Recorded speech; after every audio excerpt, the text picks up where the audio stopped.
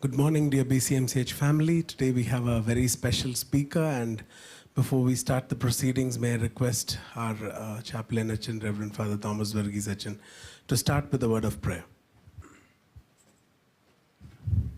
Shall we pray? In the name of the Father, Son, and the Holy Spirit. Amen. Our gracious Heavenly Father, we are grateful for yet another Thursday in our life. This is the day the Lord has made. Lord, we rejoice in you.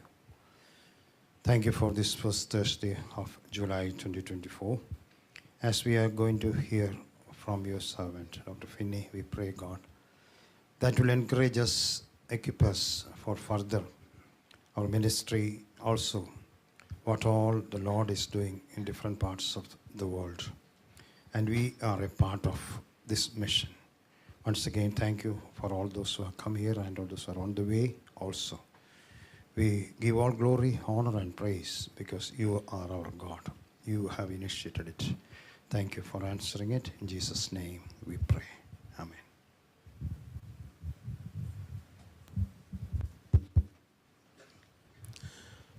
Today's speaker is one of the top endocrinologists in the country, our head of endocrinology.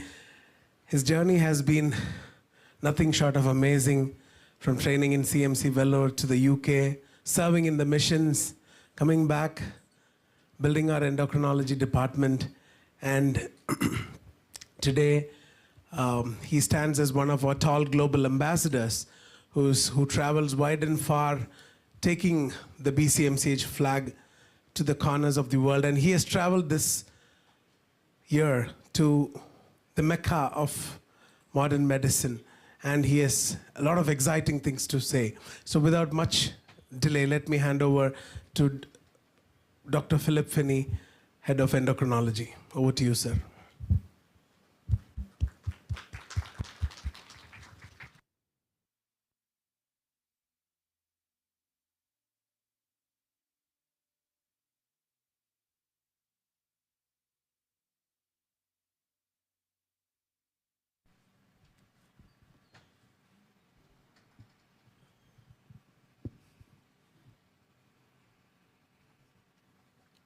Good morning, friends, senior colleagues, and my dear students. It's a joy for me to share a little bit of my journey which I had in the month of May to the United States and to Canada for about a month. After being here for 7 years, I had not really taken a break really in the last 7 years, but this is a small mini sabbatical, plus also a time for me to rejuvenate, get new ideas, and also meet many people who have been part of my life journey over the last many years. So I want to thank you all for coming, and I hope that the next 30 to 40 minutes will be useful in some way or the other, maybe one or two pictures. There is no written text in this entire presentation. It is only pictures. They say a picture conveys 1,000 words. So I don't know which the words we will be sort of latching on to. I've titled my presentation in this way, and do you know how I got this title? I got it through ChatGPT. Will you believe that? I used ChatGPT to devise a catchy title to try to draw many people, but I don't think we succeeded through ChatGPT very much. But still, I really want to say that ChatGPT is a useful tool when we're trying to craft a particular title or a topic. Anyway, so this is the Mass General Hospital. Today it's the largest hospital in the world, which you see in the background at Boston. They have merged the Brigham and Women's Hospital, the Dana-Farber, and many of the institutes have merged, and they've become one large hospital system. And that's what you see in the background. And you know Cushing. We know the Cushing syndrome, the Cushing reflex. We have learned right from our physiology days. He is the father of neurosurgery in the world. And I had an opportunity to get a little bit acquainted with him, which I will share along my journey. He was born in the place where I started my journey this time, and I ended in the place where he practiced all his life, that's in Boston. So this is a picture of Cleveland, Ohio, where I started the journey. I landed.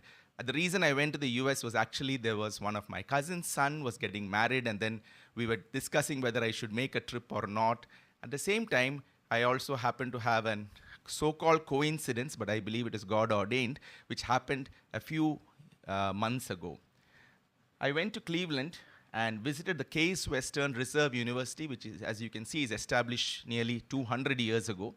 And this particular university is the oldest university in the land of Ohio, in the Cleveland. And one of their consultants visited the Believers Hospital about 1.5 years ago. This is Dr. Shine Raju. He's a consultant pulmonologist and an intensivist who works in the Cleveland University hospitals. But until recently, he was working at the Cleveland Clinic. The story which I want to tell you 4 stories in my presentation today. And the story is of Dr. Shine. He's a graduate of the Trivandrum Medical College from the 2000 batch. He studied in Trivandrum, finished his MBBS, was very clear he wanted to go. He comes from Ochira, near Kayangulam, and Shine had a desire to go to the US. And he studied, he went to Kentucky, stayed with an Indian doctor who helped him on this journey, Dr. Roy Verghese, who helps many, many Indian graduates who are struggling to get settled in life. And Shine met his wife, Amrita, who's a graduate from Velo, and there in that struggling period of that 1 year, when many Indian graduates were there in Kentucky, Shine went on to get an admission in pulmonary and critical care residency, and he completed it, and he's today a consultant there for the last 10 years. Shine had his mum being treated for refractory hypertension at the Aster Medicity in Kochi for the last few years. Actually, one of their close family members is also a senior doctor there. And her blood pressures would never come below 160, 100 or 180, 100. It was always hovering between 180, 100. They had come to accept that her BP would never get controlled. And they didn't know why, but it was always a botheration.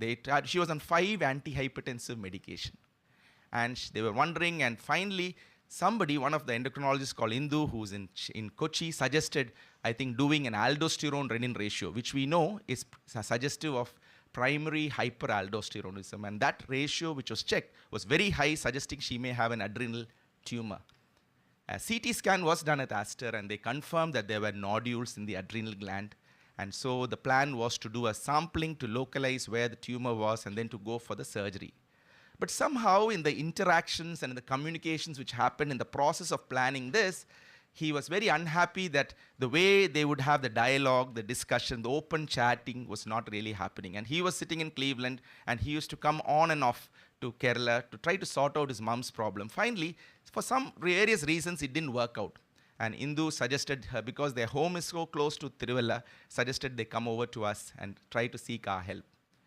The odd thing about this family, the more difficult thing is his father is a person who was almost wheelchair bound with progressive supranuclear palsy, and I think Dr. John has seen this patient, and he's sort of going on with PSP for many, many years, diagnosed in Velo 10, 12 years ago, but progressively deteriorating with progressive supranuclear palsy, and he just passed away just a few weeks ago. But looking after a dad was his mum, and she had a very bad carious tooth which removed, but the BPs were not getting below control, and it was a struggle for the family. They met us around that time in last year, little before 1 year ago, and we went through the whole discussion, and we realized that trying to do an very heroic adrenal vein sampling to localize the tumor is probably not necessary. We could put her on just spironolactone, because the chances of us finding a tumor and removing is not going to be very good, even if you do a sampling to localize the tumor. And we put her on spironolactone, just 25 milligrams twice a day, and the blood pressure crashed. And we could reduce the number of BP medicines to just 2 medicines, and her blood pressure controlled. We got her tooth extracted. She did have some bleeding. Dr. Bichu and team helped us. Philip Matthew was a great help in ICU, because the night after her tooth extraction, she bled like hell. But thankfully, by God's grace, she had a very good outcome. So this relationship went on for a few months, and he was a great friend, became a friend of Philip Matthew, our intensivist. And he sort of continues to be in touch with him. But Shine came to know that I'm coming to the States in May, and he said, why don't you come over to Cleveland Clinic and share? Now, this is not a place I would even imagine easily getting an invitation. It's like the Mayo Clinic, one of the best institutions in the world. But he went out of his way. That's why I've called going the extra mile. He went and spoke to the lead program director in Cleveland Clinic through his friend, Dr. Senia, whose picture I will show at the end of my presentation. She went, usually all the programs in the US are planned 6 months in advance. You can't go and tamper with their academic program. It's all set. But thankfully, they managed to create a 1-hour slot on their academic day, which is on Thursday rather. And from morning 7 to afternoon 1 is their academic session. They created a 1-hour slot and asked me to share some interesting patients' experiences from India. And they were keen to hear about it. And so that is how he worked. He went a little extra beyond the normal, to arrange this presentation. Because when I tried in Detroit through some common friends, it didn't work out. So it's so difficult to suddenly have something unplanned coming in. So within a month, he arranged this, and he was really the person who really encouraged me on this journey of visiting and building relationships. Shine is standing beside what do you think this machine is? Anybody knows? Any idea? We are talking about robotic surgery. I heard the robotic surgery may start soon here. This is a robot which helps do their bronchoscopy. So this is a robotic bronchoscope which is just acquired in the Cleveland Hospital, and they're going to be they already started doing robotic bronchoscopy. So this is the machine, and he's just posing beside that for us. That's the picture of the University Hospitals, Cleveland Medical Center. There are two big university hospitals in Cleveland. One is the University Hospital, Cleveland Medical Center. The other is the Cleveland Clinic, about which we hear. So recently, because of various family, Shine has been coming here nearly every year, 3-4 times for his parents' health. Recently, he was at his father was admitted under Medicine 1, I think, and they were managing him. So anyway, so this is the beautiful hospital as a little close-up view of one of the buildings of the Cleveland Center. He took me to the Heritage Center of Cleveland Medical Center. It's very nice to see the Cleveland Medical Center. And I can't use a pointer, I'm sorry, but that is a nurse's apron 150 years ago, how nurses used to be dressed. And that's a picture of the surgeons in the theater. And their mission is to heal, to teach, and to discover. And there's another picture which I just took it out for want of too many pictures were there. It says this hospital is meant to be free for everybody to use, irrespective of what their background is, and everybody should come and take part. But this particular quotation is, while in the hospital, the nurse should make it her rule to think of every patient not as a mere case interesting only from a scientific viewpoint, but as an individual whose wishes, fancies, and peculiarities call for the consideration all that is possible at her hands. A nurse should go out of her way to help the patient beyond her abilities. And that is the motto from Cable Adams Hampton, who was the head of nursing in 1901 at the Cleveland Medical Center. Can you see the vision with which they have done that? These are all curios from the yesteryears. That is the beautiful buildings built in the old stone. These are all over 200, 300 years old. These columns, you can see the way they are built. This is the Lakeside building. They say one of the nation's best hospitals. And Shine arranged all his intensivist and pulmonology consultants and registrars, PGs, to sit down, and we had one Malayali girl as well, right at the corner there, who's one of his residents, sitting there. And we were talking about some of the interesting patients we did. Tom, George, and myself, and our endocrine team, we were involved in the radio frequency ablation of a parathyroid adenoma. And that is something which is not commonly done, and that's the patient we were discussing in this particular slide of this presentation. It is lovely to talk to them. The questions which they ask are sometimes very, very, very original, the questions. So one full day I spent at the Cleveland Medical Center, and the next day I went to the Cleveland Clinic, which we know is a fairly well-known institution. This is the first. That's just as I walked there. And that's Shine's wife, and at the end of the day, it was a long day. She's the academic coordinator for the Cleveland Clinic. Can you believe that? She has a tremendous role to arrange all the CMEs and programs at the Cleveland Clinic, and she had fair amount of clout. And Amrita is a graduate from Vellore, and she also is a pulmonology and a critical care consultant. That's me in a Korean restaurant having food at the end of a long, tiring day, and their son, Zachary, is enjoying his noodles very nicely, the Korean ramen. Well, that's the endocrinology team at the Cleveland Clinic. The gentleman right at this extreme, on this side of the thing, is Dr. Ricardo Correa. He's from Puerto Rico originally, but he's moved to the US, immigrated many years ago, and he heads the team. We have people from India. Dr. Rao is a specialist in adrenal diseases, the lady next to his right. Then we have a Sri Lankan doctor. We have an Italian doctor, one from the Middle East, from Philippines, China, and from various other places. It's almost like the whole country, various countries represented in that room. But we had a lovely discussion that day on case Vinay's in endocrinology, and that discussion went very well. We went on for close to an hour of discussions, which was really good. I learned much. They also enjoyed it thoroughly. And that's just some pictures of the thing. And finally, one of our residents, he's actually from Tamil Nadu, but settled in the US, and he's just finished his fellowship in endocrinology and diabetes, and he was taking a selfie for us, so all of us could remember this. Then they arranged a program for me in the diabetes clinic of Cleveland, because that is our big problem in India and in Kerala in particular. I wanted to see what they do for diabetes differently. And this is a young chap who's a fellow at the Diabetes Center in Cleveland Clinic who took me around there. And this is a gentleman from Spain who's there as an observer. And they took me to meet Dr. Paloma Rodriguez, who's the chief of diabetes services at the Cleveland Clinic, Ohio. She herself is a immigrant from Chile. She came here many years ago, and she spearheads the research work in diabetes. And I've seen she's one of the most effusive, ebullient person I've ever met. And she said, I am available. If any of you want to have any projects or anything done in diabetes, I am there to give a helping hand.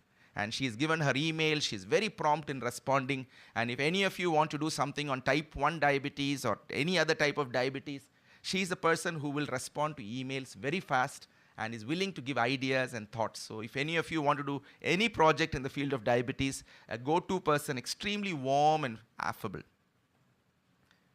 They said that I must not leave Cleveland without visiting the cemetery, and I wondered why. Right? So this is a private, large cemetery, and Amrita, Shine's wife, was kind enough to drive me around the cemetery. It's thousands of acres there. And they had a reason. They said the most famous person in Cleveland is interred at this cemetery. So the end of my visit, I had a trip to the cemetery. And guess what I saw? You know this name? Rhodes, the Rhodes Scholarship. That's his grave. Rockefeller is a huge philanthropic organization. We know Rockefeller Foundation, right, which gives money. That's his tomb. But we were still hunting for Cushing, because Cushing is born at Cleveland and he's buried also in Cleveland. But he spent his life in Boston. So we were looking for it. This is him, father of neurosurgery. But we took quite a while. We couldn't find, even though we used Google Maps and all, no, it was still not locating. It was just saying this plot, that plot, number is so much. We took about half an hour to locate Cushing Cemetery. Well, that's it.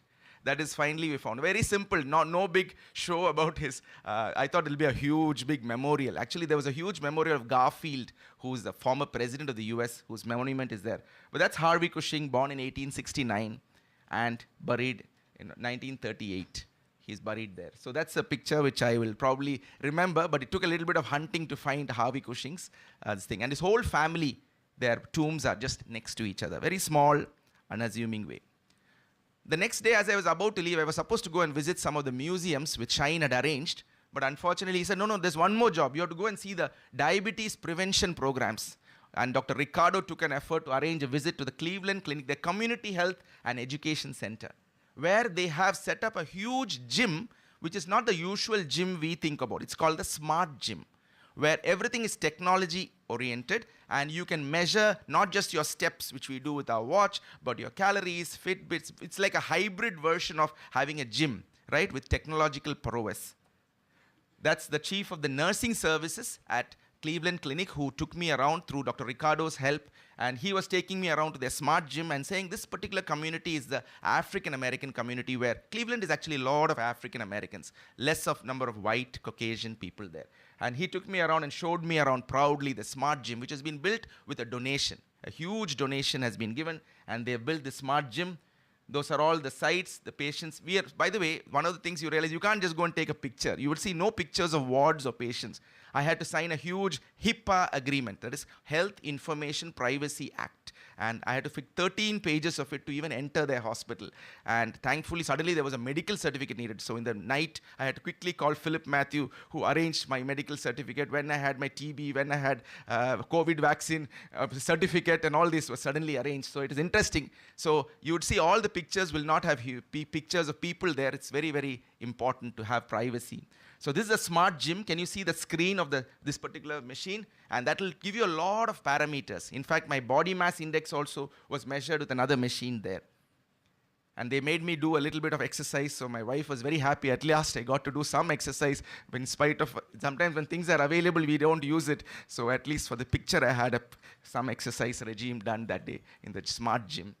That's the physiotherapist who guided me on the physiotherapy protocols. But anyway, they also just think so proactively. And this gym is named after Langston Hughes, who's a great poet in Cleveland. And now they are building a teaching kitchen for the community. It's a free service for all the people to learn how to cook healthy and how to build a kitchen, which will be how they can do hands-on classes in a fun-friendly space. Can you see all the reading there? And they've drawn the map. This is about to be inaugurated in a short while.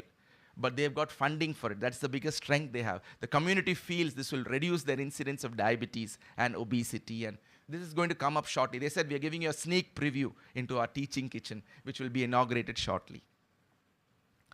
Then I moved over to Dallas, Texas, which is where much of my family lives there. But more than that, it was also an invitation I got from the chief of thyroid diseases at the University Texas Southwestern, Dr. Alex.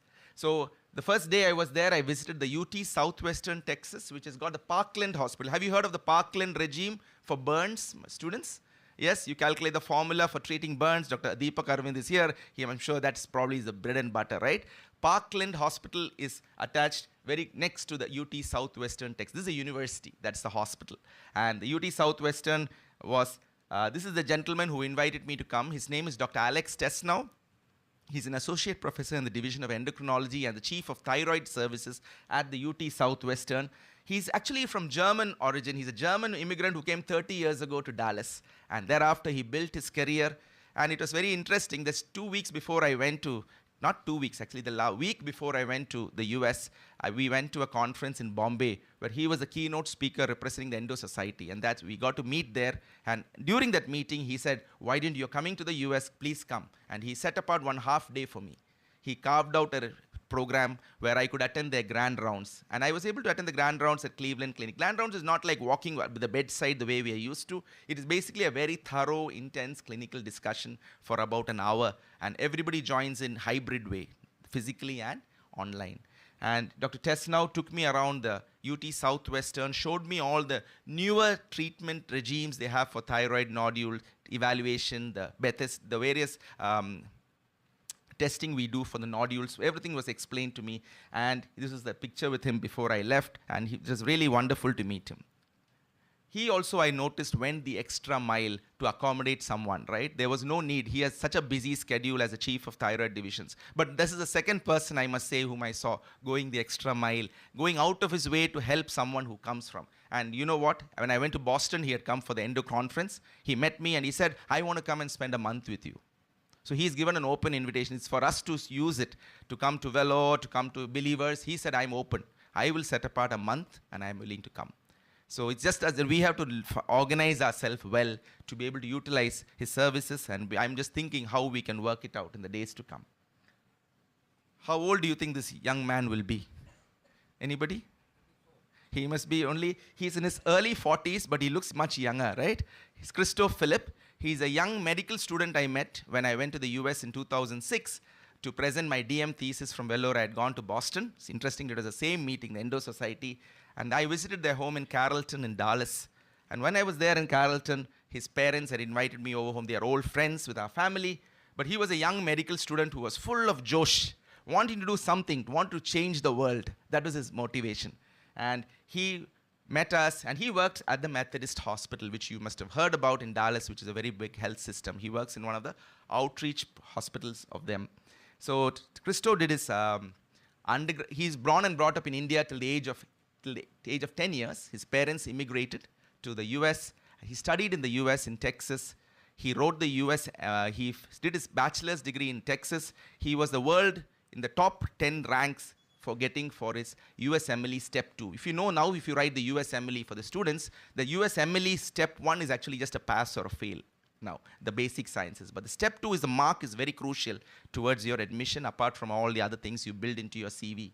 So he was among the toppers in the US, sorry, not in the world, in the USMLE. And he had opportunity to do any residency program he wanted. He wrote, but his passion was he wanted to be in emergency medicine. And the reason he chose emergency medicine was he felt it was fixed working hours. He had a lot of other interests in life, like gardening and many other things which he enjoys doing. He's a brilliant photographer, and he also wanted to be available in the majority world in India. And he felt God calling him to come. So when we were in the, so that's, by the way, a visit to his hospital. You know what time we did this visit? At night, 10 o'clock, because he wanted to go when everything is quiet. He can take, and not too many questions, because everybody he has to introduce me. This is so-and-so from so-and-so. Otherwise, it's very, very complex because of the HIPAA regulations. You have to be very sensitive. So this is a Methodist Charlton Medical Center in South Dallas, which South Dallas is actually the less underprivileged part of Dallas. And they have a cross and a church. It's the chapel, like right in the center of where they work. And Christo is also a computer geek. Do you know, anybody recognizes this particular picture? Epic? Epic is probably the beehive of the US, okay? So we are all familiar with beehive. This is like many, many fold more capable as a software for the US, both in Cleveland Clinic, Cleveland Medical Center, in Dallas, everywhere, all the big hospitals. 65% of the US health system uses this software. So I was talking to Dr. Nainan Chako here after I came back. He says, it's wonderful. The only thing is the cost is $1.5 billion for one system to buy it. So I think the cost will immediately put us off, so we won't be able to. But that's the amount of money spent in. But it's AI integrated software where you can do your notes. Your notes are all suggested prompts. It's very easy to do it, but it's phenomenal the way this works. So I had a privilege to just play around with it a little bit while they were there. But it's extremely nice way, but it's very secure as well. So Christo is actually the physician mentor to the Epic Systems. He just come back from Madison in Wisconsin for a conference. So they have doctors on their board. Christo is also on their medical board to try to develop Epic better and better. Anybody has any idea what this slide? He took me to their emergency room. And outside the emergency room, there is a photo like this. Anybody knows what this is? I never knew. He said this is the place where if anybody wants to abandon their baby, there's a crib. You can just leave the baby. Nobody will ask you any questions. You can leave the baby and go. Safe baby site. And many, many children and many homeless children, many parents who don't want to look after, they don't have the money. You will think that there's a huge homeless segment. Every traffic intersection I went through in Texas, there would be people begging, coming to sell you things. I thought it was only here. We saw it in traffic signals, people. But I did see it in Dallas, and I saw it in Detroit. In traffic intersections, when the cars stop, there are people coming to sell things and also ask money and help. Many of them are under the influence of drugs in particular. It's a huge problem, I was understand. So this is a site, safe baby site, where you can abandon children. This is the way they recognize the nurses at the Methodist Hospital. They have a Daisy Award for extraordinary nurses, and they are pinned up. Every month, one nurse is identified, and they recognize people who do well. This is a picture of Christo Philip. I was telling you a story, right? When he came in 2010, he came to Duncan Hospital, Roxall. That's Legia there, and that's my younger son. And Christo's 3 children, his wife Melissa, and 3 children are standing there, right? And these are all children. I'll show you the next picture. That's my parents, by the way, when they had visited us way back in 2010 on both sides. And he had come as a medical student to consider whether this is a place where he could work in India long term. This is a picture now. This little girl we saw in the picture is grown up. That's Karuna. She's now in a mission trip to Morocco, quietly exploring whether she can also pay back. And you will see some of these children look a little different. These are not the 3 children. He has got 1 daughter and 2 boys. And this is their big family. So you may wonder how they grew so fast, right? From 3 children to 10 children in this picture. And actually, I stayed with them for 3 days. I got lessons in parenting, which I never knew. And that's me with their entire family. What do you notice about these children? Don't they look a little different? That's their biological children, the first 2 boys on this side, Luke and Vivek. And then Karuna, their daughter, I showed you on the previous. She had already gone to Morocco by this time. I stayed with them for 3 days. Melissa, what happened is they actually came to India and they worked for 2 years. When I was in England from Roxall, they actually helped me cover my absence. But they wanted to stay longer, but due to personal reasons, family pressure, some issues which happened, they had to go back. And they adopted a family of 3 children, but later on they found that particular couple, the father was sent to prison, the mother was on drugs, and all their children were scattered in different foster homes in Dallas. So the Child Protection Services asked Christo and Melissa, there are other siblings scattered in different, would you mind taking them? Christo went the extra mile. It is not easy even to bring up 2 children or 1 child. We know how difficult it is, right? He's prayed, and they, as a family, Melissa decided to be a home person. And Christo and Melissa adopted 7 children from a Puerto Rican, Mexican background. And those are the children right from Myra, who's right at the top, and then Caleb, then and all these children, Priyanka, Nora, Gabby, and Emilio, this boy who's putting up his hand. So this is a big sibling group. They're 1 sibling. They're 1 family, but their dad is in jail till 2035. Their mom is actually on drugs and so many problems, but they have children. So this family is now taken over. The child CPS services handed over, and he looks after 10 children. And they bought a new home. They have also 2 big huskies to look after and 2 cats. So it's really amazing. If any of you are interested to see their video of their home, I'll show you. It's a guided tour I can show.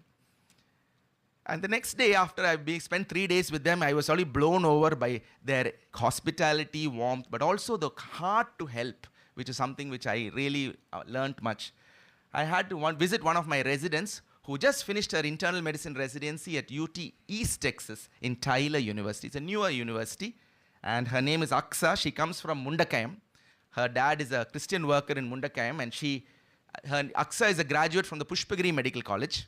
She studied in Pushpagiri and then came to Duncan Hospital, Roxall, worked for 1 year with Christo, and then had to go back, then 1 year with me. And she got married to a young man from the US, and she's finished her internal medicine residency in Tyler. And you won't believe, last week she sent me this picture. She's got the Best Resident Award from the Tyler University for internal medicine. So it is nice that all of us can do a little bit at the journey of many, many people's lives to build them up. And that's her parents who are working in Mundakayam, who flew down for her residency graduation. And that's the Best Resident Award, and that's her graduation certificate. And it was wonderful to be part of her journey. So I never have traveled on a Tesla. I've heard so much about Elon Musk and Tesla, but I had the chance to drive on 3 different Teslas during my trip in the US. And so those of you, Dr. John, Valiet, and others have EVs, and I know some others also have, but it's a pleasure to drive on the Tesla. Dr. Shine received me at the station on a Tesla, and he didn't drive. He just put his hands around and showed the car driving it without driving. Just had to keep the finger on the steering wheel, but he didn't drive. The car was driving us through the city of Cleveland. It was very interesting. This is my cousin who was one of the early adopters. I'm always a late adopter of ideas. As soon as he heard Tesla coming, that's my brother. He works for Texas Instruments. He bought one of the first Teslas, and there are 4 Teslas in their series. And for those of you who like cars, this is a supercharger, which is available very frequently in that area. And he took me around, and he's charging it. Because he was one of the early adopters, or he bought a Tesla, it only cost $80,000, not very expensive. And this car, he was showing us around, and he drove us. He gets free supercharging anywhere. He can charge his car free. So there's no fuel cost. And so he gave me a long drive through East Texas, and it was a wonderful experience to just have a drive on a Tesla, which I'm not sure. Has it come to India, Deepak? I'm not sure, right? Not yet, right? Anyway. Then, by the way, it was also the time of our dear Metropolitan's demise. And so when we passed by, we had to pass through Wills Point at that time. So we visited that particular place. And this is the headquarters of the Gospel for Asia, transforming lives worldwide through the love of Jesus. And I had the opportunity to visit the office there. And that's the Antioch Village. That's how it is called, that whole campus of the Gospel for Asia. And it's interesting. Can you see the name of the streets in the GFA headquarters? It says Neranam Road, right? And St. Thomas Road. So it is for me, an eye-opener to see Tiruvalla also there in the US. And this is their lobby. And when I went at 3:20, I reached there. The chief there was Mr. Mike Johnson, who's a friend of Dr. Chandy and Achin's here. He warmly welcomed me and encouraged me to be part of the prayer. Actually, the Metropolitan had just passed away a few days prior to that. And so I took part in their prayer, and that's just a video of the lobby, just for you to have an idea of how the lobby, that's a Metropolitan's picture, just because he had just passed away a few days prior to that. That's Mr. Mike Johnson, a dear friend who's a great friend of Jiju as well. He told me to give a kick in the side pants of Jiju as a memory for him, because I think they had worked together greatly in collaboration together. And that's the world map behind him. Mike is a lovely young gentleman who's in charge of the thing. And then I moved on to Orlando, Florida. So some of you will think of Disney World, right? When you go to think of Orlando. I've not been to the Disney World. There was no time. There was too many meetings and programs arranged. But this is Orlando, Florida. And the Disneyland is in California, but Disney World is here. So I happened to visit the Orlando Health. One of my cousins is actually the director of therapy at the physical medicine and rehab program there. And she invited me to visit. And it's an advanced rehab institute. This is her office, the director of therapy, and people in PMR department here she'll be more than happy to reach a helping hand if you want to have any support from her. They have huge resources. That's Dr. Elizabeth. And then I went on also to the Advent Health, which is Seventh-day Adventist community has started. This is the other big hospital system in Orlando, Orlando Health and Advent Health. And this is one of the best hospitals in the greater Orlando area, Advent Health. And everybody calls themselves the best. That's also sometimes I can't confuse who is the best. But anyway, they say one of the best, right? And that's Liji. She's the nurse leader there. And I was exploring a nurse partnership program with Believers Hospital. And she has offered help. And she's Zoom meeting with Minnie shortly this week. And they're exploring whether we could start a nurse practitioner program. That is the intention of my visit here. And Liji took me around. showed me a very interesting med station, which yesterday I was talking to Sister Minnie, and she was saying this is an automated system by which medication errors are reduced greatly, by a system by which medicines are refilled for all the inpatients by the pharmacist, and the nurse has to put in their ID and take out. So the medication errors are kept to a minimum. It's a very efficient system. Fortunately, Sister Minnie has already seen it in Saudi Arabia just before she came. So this is something which perhaps costs are huge, but whether some version of it we could adopt here is also something we can discuss. That's her office. She's a nurse leader in the Advent Health System. Then I went to a place which in Canada, went to Toronto and then came down from Toronto to the Western University. And I want to show you the picture of a person. Can you see this person? She's 86 years old. Why do you think I met her? Dr. George Chandy knows her very well because when in the 80s, early 80s, Dr. Chandy worked with her at the Duncan Hospital in Wroxall. She graduated from Western University in London, Ontario, and chose as a young person that she wanted to give her life to India. She came and founded a mission hospital in Utrola, in Uttar Pradesh, which even today is very remote. And after that, she came in 1970s when there was a problem in Duncan Hospital. She came to build that hospital, help that hospital gain. You know, when she came in to rectify problems, they foisted criminal cases on her. She fought through criminal cases in Bihar for 10 to 20 years, struggled it, got herself acquitted for some pharmacy license issue, something on some IV fluid, some petty things people orchestrated. And she even now she told me, I can't forget those painful days at Duncan, going through those difficulties, fighting this case, going to the courts in Motihari and struggling. She's 86 years old. She just recovered from a pneumonia. She was not very well, but she was so enthusiastic, loving when she met us, and she conveyed her love to many. And this young lady is Nikki McMaster. She's a lady from Australia who's come and who's writing her biography. Her biography is written. It's soon going to be published as part of an organization called SIM. They're publishing a biography on Dr. Alita Bell. And it's a good experience for me to just listen to her stories. And they are wonderful storytellers. Dr. Alita Bell, yet another example of a lady who went the extra mile, leaving the comforts of Canada, London, Ontario, and serving in India for 35 to 40 years. It's not a joke. When I met her last in Wroxall in 2011, she told me she's joined a counseling course. She's learning counseling. I was amazed. At 77 years to join and enroll in a counseling course shows the tremendous determination, always to be of help and to reinvent yourself, do some things new. And that's what really amazed me about her life. And then I came back to my sister. Many of you saw my sister. She lives in Detroit. And I met there, but I thought through Dr. Sheila Das's intervention, I got an appointment with Dr. Philip Kuriakose, the hemato-oncologist who visited us here. So he's a hemato-oncologist at the Henry Ford Hospital. That's him here.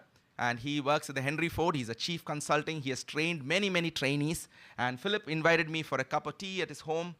And I saw another part of him which I didn't know before. I'm going to show you that. Okay, but that's Philip Kuriakose. He's a graduate of Christian Medical College, Ludhiana.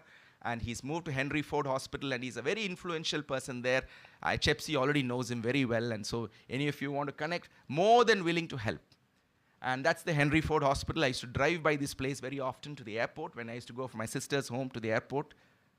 And that's his wife, and she's a medical doctor, but she's decided to stay at home for children. And in addition, they are also helping poor, financially underprivileged people in US and in India to support in their studies and education. They have raised a corpus of money, and they told me about their 10 to 12 kids they're supporting in education. And they're doing that as a personal family endeavor through a trust. And it's very interesting. All of these people not just content to just be happy and do their own life, but think of others beyond their usual circle of influence. Well, then we landed up finally at the medical Mecca, that is Boston. You will see so many hospitals there. And that's the main purpose I went to. I had a chance, as I told, the radiofrequency ablation is not a common procedure done for parathyroid tumors in the United States or in North America, mainly because of insurance constraints. They cannot give. The surgery is always the gold standard. But this is something which is done in Korea, and so it was accepted for presentation at the Endo Society. This is one of the sessions happening there, just for you to know. And this is the father of parathyroid diseases in the world, in a sense. He's written the chapter in Williams' textbook of endocrinology called Dr. John Bilakazian. He is a dada of osteoporosis, metabolic bone disease. And so we had a full day summit on just chronic hypoparathyroidism, management, newer advances. And he was nice, beautiful contributor, and it was nice for me to discuss my case with him. And he was sharing the nuances of the case.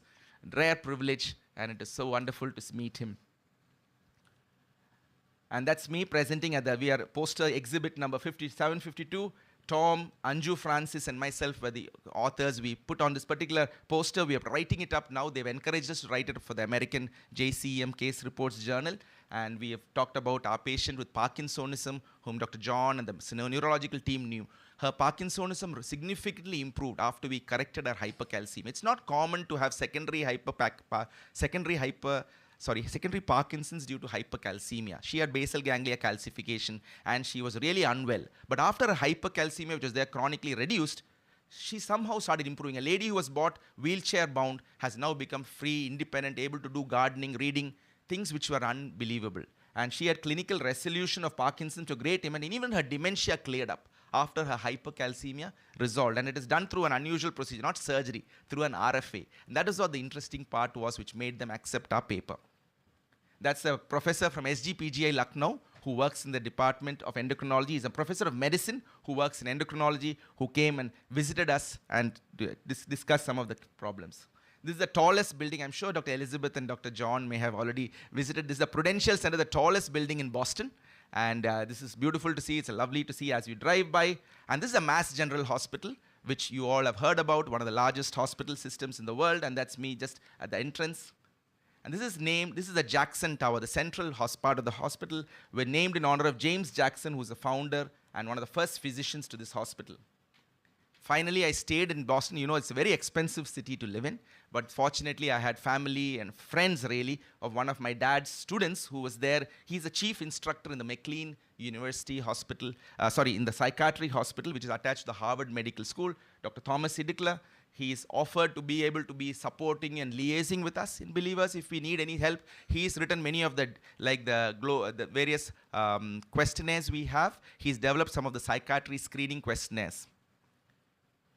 And finally, the easier side of life, this is Karuna. She's not in Boston, she's in Worcester, which is 1 hour away from Boston. And she and Ashwin, I had a privilege to be their guest. And Ashwin and Karuna and their son Ishan, they took good care of me. And Ashwin is giving his MLE step 2 shortly. And Karuna is in a second year of residency in psychiatry. They convey their love to you. Ashwin went out of the way to marinate lamb chops for me the previous day. He wanted to have a Mediterranean cuisine, very much attention to detail. I noticed he didn't have to do that. And that's his special cooking going on for me. And we had a lovely time. And then I needed to have some relaxation. At the end of the conference, it was very intense. The last day, I thought the only way to quickly see Boston is to go for this duck tour. It costs $50, and it is lovely. But then you get a chance to go by road and by water. And did you go there, Dr. John and Dr. Elizabeth? Did you go for the duck tour? Yes, so it's lovely because the same vehicle is an amphibious vehicle. It will go on the road and will also go in the water. And they tell you the whole story of Boston, the history of Boston, which is very, very fascinating to see. This is the Charles River and the bridge which is there.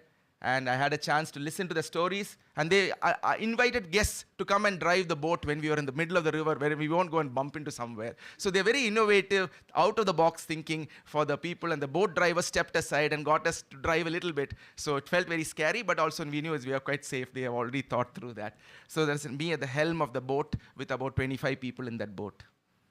And finally, I went to our own Tufts University, where Dr. John and Dr. Elizabeth's son, Kevin, studies.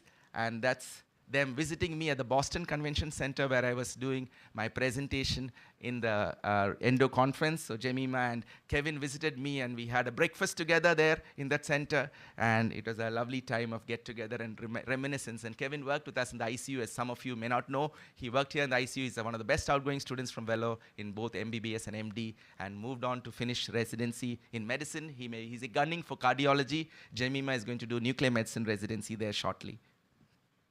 And I also got some invitations from the churches. I spoke in 2 churches in Boston and Detroit. This is the Boston Christian Assembly. And my topic was being catalyst for transformation in the people and the lives of people around us. And that's on the Sunday. And finally, it had to end in New York. I had not visited New York, but I didn't get a chance to go through Manhattan and some of the areas. But my flight landed there. We had a layover of 6 hours. So I went to the New York airport, but didn't really get to see the Empire State Buildings or the Statue of Liberty.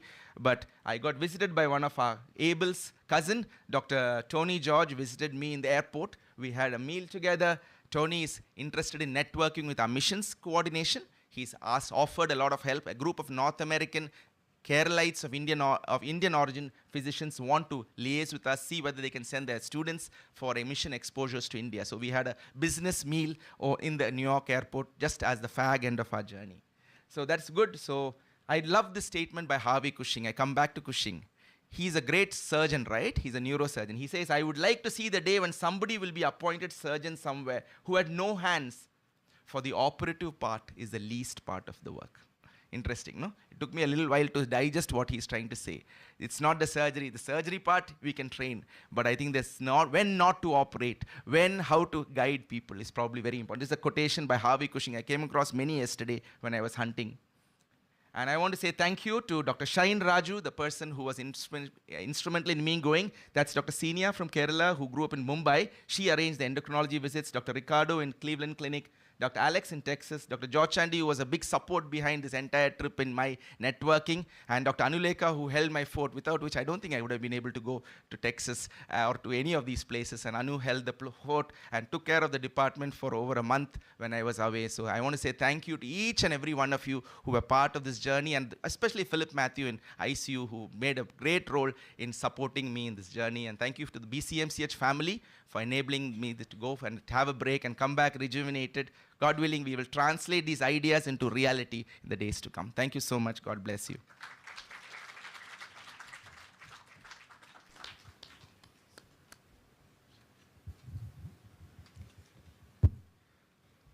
Philip, thank you so much. That was a wonderful experience, journey for all of us to see all that you experienced and all that you brought back.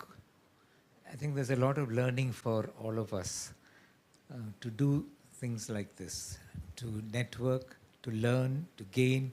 And as you rightly said, if you could translate a lot of that into reality for us.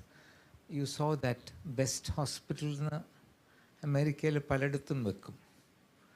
നമ്മൾ ഇന്ന് കേരളത്തിലെ second best medical കോളേജായിട്ട് the Week has announced already. അപ്പം ഇതൊക്കെ it just doesn't happen just like that. God's grace, but a lot of work from all of us in many different ways. ചെയ്തെങ്കിലേ അത് നമുക്ക് കിട്ടത്തുള്ളൂ. So Philip, thank you so much for showing us the way, and I hope many of you, many of us would do things similar so that we can really contribute to society in a much.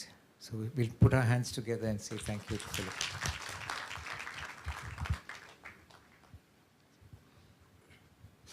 So thank you, Philip, sir, for that wonderful presentation. To be very frank, I didn't expect this much. It was really overwhelming, even midway. So thank you so much for what you did for being the true blue ambassador for BCMCH. Can we all put a big round of big round of applause for Philip, sir?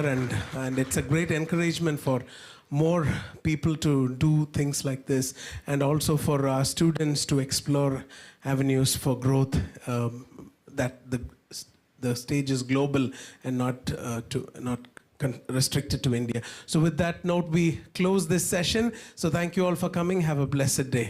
Thank you.